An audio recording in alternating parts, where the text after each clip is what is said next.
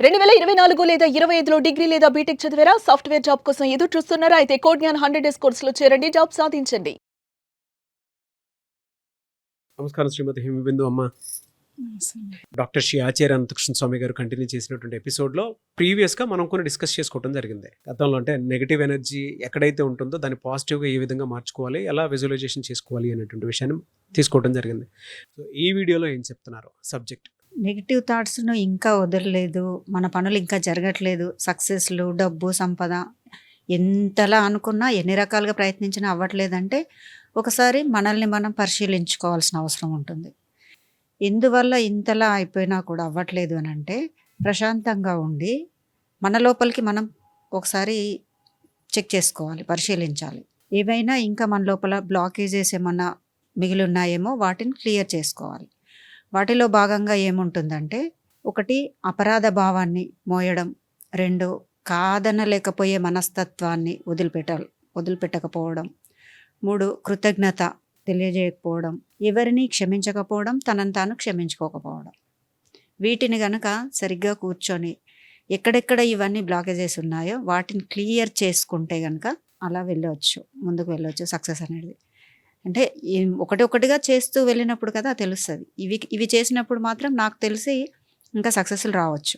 అపరాధ భావాన్ని మోయడము ఎలాగో అని అంటే, తెలుసో తెలియకో ఏ ఒక్క చిన్న పొరపాటు తనంతట తాను చేసినా చాలామంది ఎలా ఫీల్ అవుతుంటారంటే, అది జరిగిపోయి గంటలు గడిచిపోతున్నా తన వల్ల ఆ చిన్న బాధని కానీ గాయాన్ని కానీ అనుభవించిన వ్యక్తి అక్కడి నుంచి వెళ్ళిపోయినా కూడా నేను అది చేసి ఉన్నాను అస్తమానం దాని నుంచి బయటకు రారు. అది వాళ్ళ సున్నిత మనస్తత్వం కావచ్చు, ఇంకొకటి కావచ్చు. అలా అవసరం లేదు.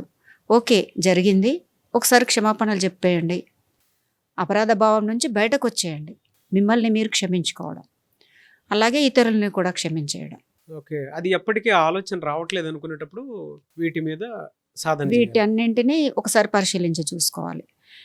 తనను తాను క్షమించుకోకపోవడం, అపరాధ భావాన్ని మోయడం, ఇవి దాంట్లోంచి బయటకు రావాలి, ఫ్రీ అవ్వాలి. అది పట్టి ఉంచినంతసేపు లోపల ఏదో చిన్న బాధగా వెల్తిగా ఉంటుంది. దాన్ని తప్పించుకొని ఓకే, ఐఎమ్ సారీ, నేను చేశాను, అయిపోయింది అని బయటకు వచ్చేస్తే బాగుంటుంది. ఇక కాదనలేకపోయే మనస్తత్వం కూడా చాలామంది స్టూడెంట్స్ దానివల్ల ఇబ్బందుల్లో పడుతున్నారు. వాళ్ళు అనుకుంటూ పెట్టుకుంటున్నది అది సమయం అవ్వచ్చు, డబ్బు అవ్వచ్చు. తనకంటూ తాను పెట్టుకున్న దాన్ని ఇతరుల కోసం సడన్గా ఏదైనా జరిగింది, ఎవరికైనా ఏదైనా ఇవ్వాలి, ఎవరికైనా టైం స్పెండ్ చేయాలి అన్నప్పుడు చేయకూడదని నేను అనడం లేదు. సహాయం చేయడం చాలా గొప్ప విషయం, సహాయం చేయాలి కూడా. కానీ తనకు మాలిన ధర్మం వద్దు అని. ఎందుకంటే తన కోసం తెచ్చిపెట్టుకున్నది ఏదోలాగా అవసరం నిమిత్తము ఎవరో వచ్చేసి కొంతమంది గబర పట్టిచ్చేసి, ఒకవేళ అది నీకు అవసరమైన డబ్బును నీకోసం పెట్టుకొని ఉన్నది, ఈ మాటల ద్వారా ఆ కొద్ది క్షణాల్లో నీకు నువ్వు ఏం చేస్తున్నావో తెలియని పరిస్థితుల్లో ఇచ్చేస్తారు. వాళ్ళు వెళ్ళిపోయిన తర్వాత అరే మరి నాకు అవసరం ఉండే కదా, ఇలా ఎందుకు చేశాను అనిపిస్తుంది. అక్కడ ఏం జరుగుతుందంటే, నీకోసము 24 గంటల నుంచి 2-3 రోజుల నుంచి ఆ పని కోసం ఏర్పాటు చేసి పెట్టి ఉంచుకున్న ఆ డబ్బుని వాళ్ళకి ఇవ్వడం ద్వారా వాళ్ళు వెళ్ళిపోతారు. నీ దగ్గరకు వచ్చేసరికంటే ఆ పని ఆగిపోతుంది. అది రైట్ కాదు కదా. నీకు నువ్వు రైట్ చేసుకోలేదు, నిన్ను నువ్వు సరిగ్గా చూసుకోలేనప్పుడు ఇతరులకు చేసి ఏం ప్రయోజనం లేదు. అందుకని ఎప్పుడైతే నీ పనులు నువ్వు సరిగ్గా చేసుకుంటూ నీ సబ్కాన్షియస్లా ఫీడ్ చేసింది దగ్గర దాకా వచ్చాక క్షణంలో దాన్ని తారుమారు చేసేసి ఇలా చేయడం వల్ల మళ్ళీ మన సబ్కాన్షియస్ తికమక పడుతూ ఉంటుంది. మళ్ళీ కొత్తగా స్టార్ట్ చేసుకోవాల్సి వస్తుంది. మనం దానికి ఇవ్వాల్సిన జాగ్రత్తలు, మనం దానికి చెప్పాల్సినవన్నీ చెప్పి ఉంచి కూడా చివరి క్షణంలో పక్కతో పట్టించడం, అలా చేసినప్పుడు కూడా మన పనులు జరగవు. ఒక్కసారి దాన్ని సరిగ్గా గమనించి చూసుకొని, ఎక్కడ నేను నా సబ్కాన్షియస్లో నేను ఏం ఆలోచించి పెట్టుకున్నాను, ఏం చేయాలనుకున్నాను దాన్ని గమనిస్తూ ఉండొచ్చు. ఇకపోతే హెల్ప్ చేయొద్దా అన్న విషయానికి, ఓకే మీ మటుకు మీకు ఉంది అంటే తర్వాత అంతకు మించి ఉన్నప్పుడు హ్యాపీగా చేయండి, అంతకు మించి అయినా చేయొచ్చు. ఓకే, సమయం కూడా అలాగే తన సమయాన్ని పక్కన పెట్టేసుకొని ఇతరులకు ముందు మిమ్మల్ని మీరు చూసుకొని తర్వాత చేయాల్సినవన్నీ చేయాలని నా ఉద్దేశం.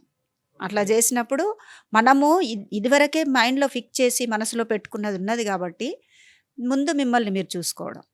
ఎవరికి వారు వాళ్ళని ఉద్ధరించుకోవాలి.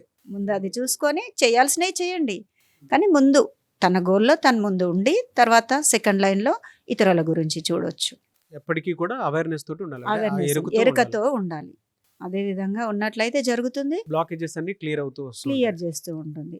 మళ్ళీ అనుకుంటాము మనం కృతజ్ఞత ప్రతి విషయంలో ఉదయం నుంచి రాత్రి వరకు బోలెడన్ని కృతజ్ఞతలు ఉంటాయి అందరికీ అన్ని రకాలుగా. ఉదయం నుంచి మన దగ్గర ఎవరెవరు వస్తున్నారు ఏంటి అందరికీ కృతజ్ఞతలు చెప్తూ ఉండాలి. ఒక్క మాటలో చెప్పాలంటే ఉదయం మనం లేచిన దగ్గర నుంచి మన దిండుకి పరుపుకి దాంతో సహా కృతజ్ఞత భావాలు చెప్తూ వస్తున్నట్లయితే, ప్రతి చోట కృతజ్ఞత భావాన్ని పెంచుకున్నట్లయితే ఇవన్నీ మనం ఎన్ని చేస్తున్నామో సబ్జెక్ట్లా అవన్నీ ఒక ఎత్తు అయితే, ఆ చిన్న కృతజ్ఞత ఎవరైనా వాళ్ళు చిన్నవారు పెద్దవారు అదంతా సంబంధం ఏమీ లేదు, ప్రతి ఒక్కరికి కృతజ్ఞత చెప్పగలిగినట్లయితే మన పనులు సక్సెస్ అవ్వడానికి తొందరగా మన దారి అనేది క్లియర్ చేసుకోవచ్చు. సో మన దగ్గర ఉన్నటువంటి నెగటివిటీని, మైండ్లో వచ్చేటువంటి నెగటివ్ బ్లాక్స్ని ఏవైతే క్లియర్ చేయాలనుకుంటున్నామో ఎప్పటికప్పుడు కృతజ్ఞతా భావంతో మనకి ఎవరెవరైతే హెల్ప్ చేశారో వాళ్ళకి ఎప్పుడూ ఆ గ్రాటిట్యూడ్ చూపించాలంటారు. అండ్ రెండు, ఫస్ట్ మనల్ని మనం ఉద్ధరించుకోవాలి. అంటే మనం ఎలా ఉన్నాము, ఏంటి, ఏ విధంగా ఉన్నాము, మన మీద మనం ఫోకస్ చేసిన తర్వాత మిగతాది చూసుకోవాలి. సో దానివల్లే మన మైండ్లో ఉన్నటువంటి ప్రతి నెగటివిటీని క్లియర్ చేసుకోగలుగుతాము, అప్పుడు ఏదైనా సాధించగలుగుతాం. అప్పుడు మరి డబ్బు సంపద కావాలన్నప్పుడు కొంచెం ఆ మాత్రం కఠినత్వంలోకి రావాలి, కొద్దిగా తనని తాను చూసుకోవాలి. ఓకే, మొత్తమని కాదు, ముందు తనని తాను చూసుకొని తర్వాత మిగతా బాధ్యతలను స్వీకరించాలి. థ్యాంక్ యూ సో మచ్ అమ్మా, చాలా బాగా చెప్పారు. ఆ విధంగానే చూసుకుంటాము. Thank you so much. Suman టీవీలో మీ పర్సనల్ అండ్ బిజినెస్ ప్రమోషన్స్ కోసం కింది నెంబర్కి కాంటాక్ట్ చేయండి.